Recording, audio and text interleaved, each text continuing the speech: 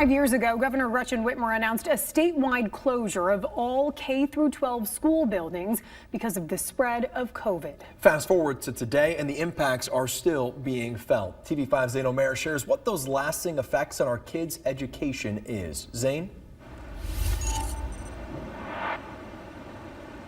Grand Blanc School Superintendent Trevor Allward tells me he remembers that day all too well, that everything shut down. And he says navigating the COVID pandemic is one of the most difficult things he's had to go through in his entire career.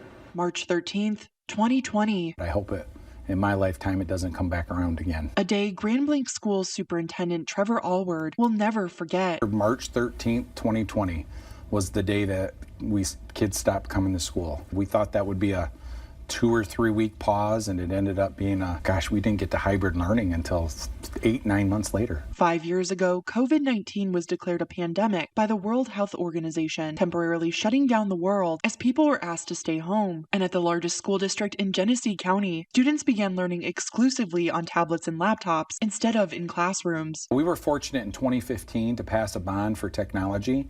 So I feel like in Grand Blanc, we were a little further ahead of the curve.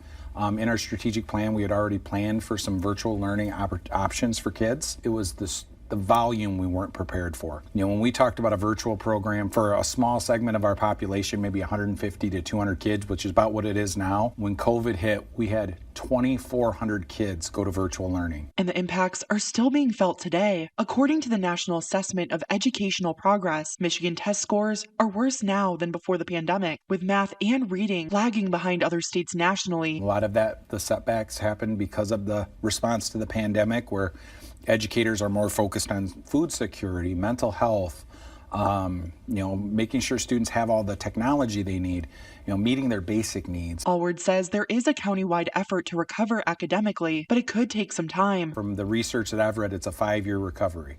So, we're 5 years in, but I don't know if we're 5 years post-COVID yet. I think how we're allocating resources, how we're, right-sizing our staffing and budget, and, COVID provided a lot of opportunities for us to increase some services for students through some grants.